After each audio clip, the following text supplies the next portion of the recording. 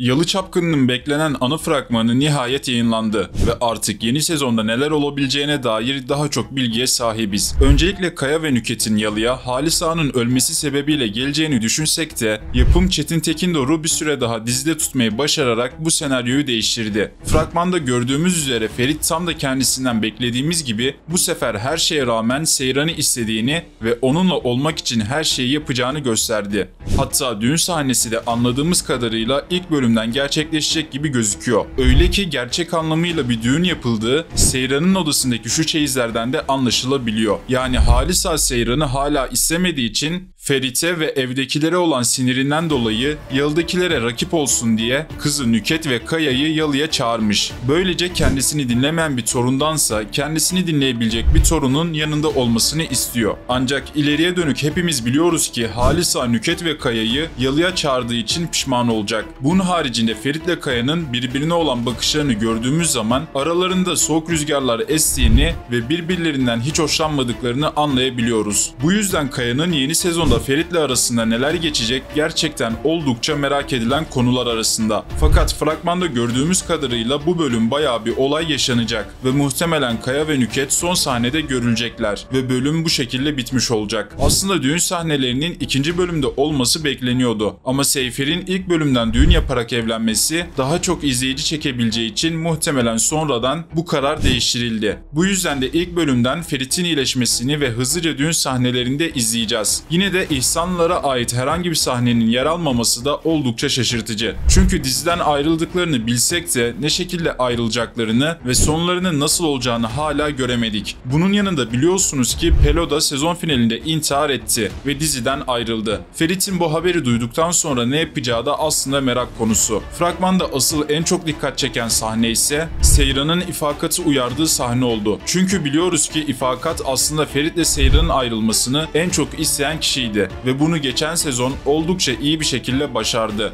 Fakat bu sezon Seyran'ın artık eskisi gibi sönük kalmayacağını ve İfakat'a rağmen Ferit'le olan birlikteliğini korumak için çabalayacağını görüyoruz. Ancak İfakat'ın elinde artık başka bir karakter var. O da Yalı'ya yeni gelen Kaya. Muhtemelen İfakat Kaya'nın aklına girerek Seyran'a ilgi duymasını sağlayacak. Bunun yanında Orhan ve Nüket arasında da büyük bir çekişme olacak. Çünkü Nüket de şirketin pay sahiplerinden biri ve artık babasına daha yakın olduğu için bu durum Orhan açısından da kötü bir şey. Zaten Nüket karakterinin pek de iyi bir karakter olmayacağı söyleniyor. Kazım Ağa ise bu sezon bizi biraz daha şaşırtabilir. Çünkü geçen sezon yaptıklarıyla olayların nerelere gittiğini gördüğü için bu sefer kızının yanında duracak gibi bir izlenim veriyor. Zaten hastane sahnesinde Ferit'in yanında olması da aslında bunu bizlere kanıtlıyor. Son olarak Seyran ve Ferit Marmaris'te balayı yapacakları için şu an orada çekimler devam ediyor. Bu yüzden balayı sahneleri de olacak. Evet dostlar, sizler fragmanı beğendiniz mi? Yorumlarınızı bizlerle paylaşmayı unutmayın. Kanalıma abone olup videoyu beğenirseniz çok sevinirim. Sonraki videolarda görüşmek üzere.